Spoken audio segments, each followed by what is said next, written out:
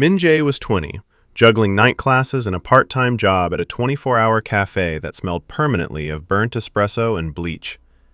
He had been with Soo-jin for almost 2 years, long enough that the early butterflies had died and left behind a quiet routine neither of them questioned until it started to feel like silence. She used to text him good morning with sleepy selfies. Now her replies came hours late, single emojis, or nothing at all. He told himself it was college stress. She told him the same thing when he asked why she canceled their movie date for the 3rd weekend in a row. "I just need space sometimes," she said one evening outside the lecture hall, already turning toward the parking lot. "You're sweet, Min-jae, really, but everything feels heavy lately." He nodded like he understood. He didn't. Most nights after his shift, he walked the 40 minutes to her house instead of taking the bus. The house was small, 2 stories, yellow siding faded to something softer. Soo-jin's mother, Ji-yoon, always opened the door before he could knock, as if she had been waiting by the window. "You're soaked again," she said that Thursday, towel already in her hand. 34 years old, and she looked closer to 25. Long, dark hair she never bothered to style, skin that still held the faint glow of someone who had never had to work outdoors. She had not held a job since the divorce 8 years earlier. Her parents and older brother sent money every month so she and Soo-jin could stay in the house. People called her lucky.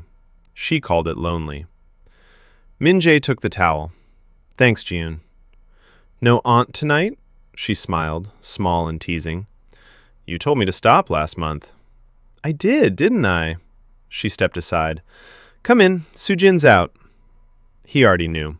Soo-jin had texted him an hour earlier. "Staying at Hae-jin's tonight. Don't wait." They ended up in the kitchen anyway.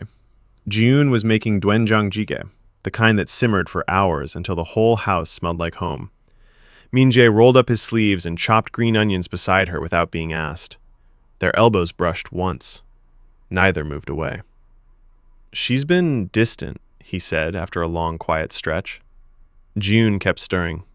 "I know." "She says I'm boring." Ji-yoon's spoon paused. "You're not boring. You're steady.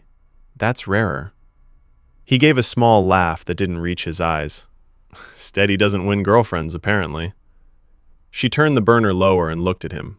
Really looked. "Then she doesn't deserve steady." The words hung there. Min-jae felt heat crawl up his neck, not from embarrassment, but from something warmer, something he hadn't let himself name yet. They ate at the small table. Ji-yoon kept refilling his bowl even after he said he was full. When the dishes were done, she poured them both barley tea, and they sat on the living room couch with an old drama playing low on the television. Neither watched it. "You don't have to keep coming here," she said eventually, "if it hurts." "I like coming here," he answered. "It's the only place that doesn't feel like I'm failing at something." Ji-yoon tucked a strand of hair behind her ear. "Then keep coming." He did. Weeks blurred. Soo-jin spent fewer nights at home. When she was there, she snapped at both of them. Why was Min-jae always around? Why did her mom smile so much lately? Why couldn't everyone just leave her alone? She started locking her bedroom door even when she was out. Min-jae stopped asking her to hang out. He stopped expecting replies. Instead, he fixed the dripping faucet in Ji-yoon's kitchen. He helped her carry groceries up the stairs. He stayed late one rainy Friday to teach her how to reset the Wi-Fi router she swore hated her. Each time their hands touched, passing a screwdriver, reaching for the same dish towel, something electric zipped between them, and neither acknowledged it. One Saturday evening, Soo-jin came home early.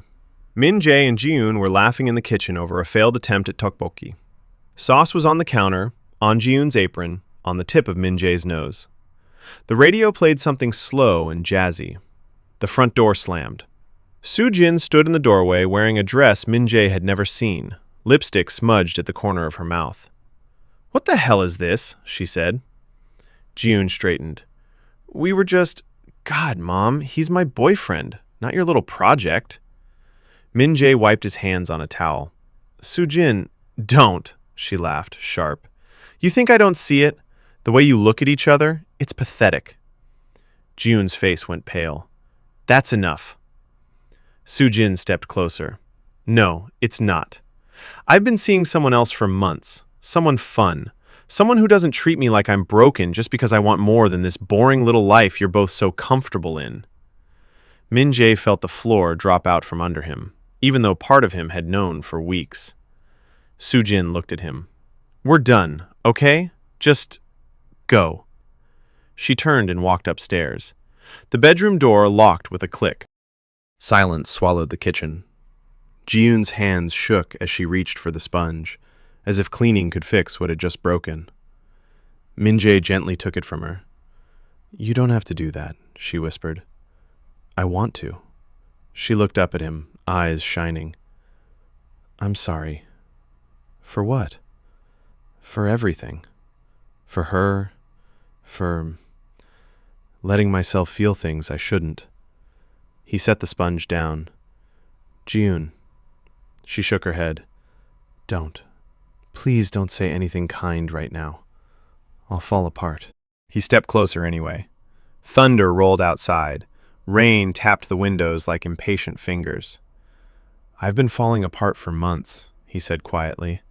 "Every time I come here and you smile at me like I'm worth something, every time you ask if I ate or if I'm tired or if I need anything, I keep telling myself it's just gratitude, but it's not." Her breath hitched. He lifted a hand, hesitated, then brushed his thumb along her cheek. "I see you too. Not just as Soo-jin's mom, as you." Ji-yoon closed her eyes. A tear slipped free. "I'm older than you," she said. "I know. I'm her mother." "I know." She opened her eyes. "Then why does it feel like the only honest thing in my life right now?" He didn't answer with words. He leaned in slowly, giving her every chance to pull away. She didn't. Their lips met, soft, careful, like neither trusted the moment to last. Her hands found his shirt. His slid to her waist. The kiss deepened, grew hungrier, years of loneliness pouring into it. When they parted, they were both breathing hard. "We shouldn't," she said, but her fingers stayed curled in his collar. "We already did," he answered. Lightning flashed outside, lighting their faces for a single heartbeat. Upstairs, Soo-jin's music started, loud, angry, drowning everything else. Ji-yoon rested her forehead against Min-jae's. "Stay," she whispered, "just until the storm passes." He nodded. They didn't move apart. The rain kept falling. The house held its breath. And somewhere between the guilt and the want, something new began to grow, quiet, unsteady, and impossible to ignore. To be continued.